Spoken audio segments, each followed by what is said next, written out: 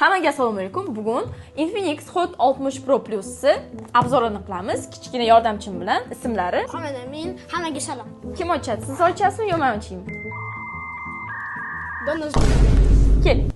Nechtagacha? 2 ga. Don don ziki. Don don ziki. Don bitta yutdingiz. Don don ziki.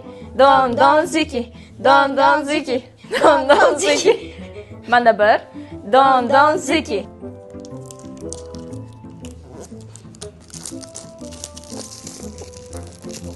Дорогой дневник, мне не подобрать слов, чтобы описать боль и унижение. Voy sekin.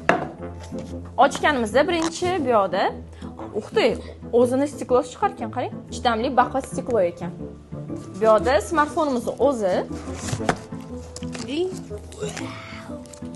Bu yoqda 3 ta kamera joylashgan va yonida spishkasi ham bor. Bu o'zini simchasi ekan, sim karta tiqish uchun. Da stiklo qo'yganda artib tozalaydigan ekan. Dokumenti naushnik chiqargan, qaranglar. Вообще zo'r. Adapter USB. Adapteri 45 wattli. И USB ham uzungina ekan. Bu smartfonimiz 144 Hz chastotada ishlaydi. AMOLED ekran, 6.78 dyumli. Bu degani serial, kino, o'yin o'ynaganingizda ham juda ham maksimal sifatli qilib ko'rsatib beradi degan. Mana ko'rsanglar bo'ladi bemalol.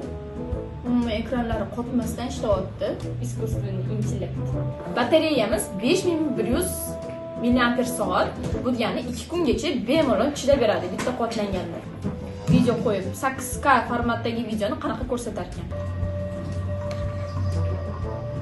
Yaqinlashtirib ham ko'rsatamiz. Juda ham tiniq tasvirlarni ko'rsatyapti. Sizga nimasi yoqdi bu smartfonda? Hamma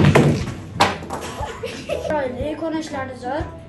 Olishingizni tavsiya qilaman. Obuna bo'lib, like bosib qo'ying. Bu smartfonimizning narxi bilan qiziqadigan bo'lsangiz agar openshop.uz saytimizga bemalol o'tib olib tanishib chiqsangiz bo'ladi, xarid qilsangiz ham bo'ladi albatta. Undan tashqari barcha smartfonlarimizga 10 yillik rasmiy kafolat ham beriladi. Hoziroq shoshilib qoling.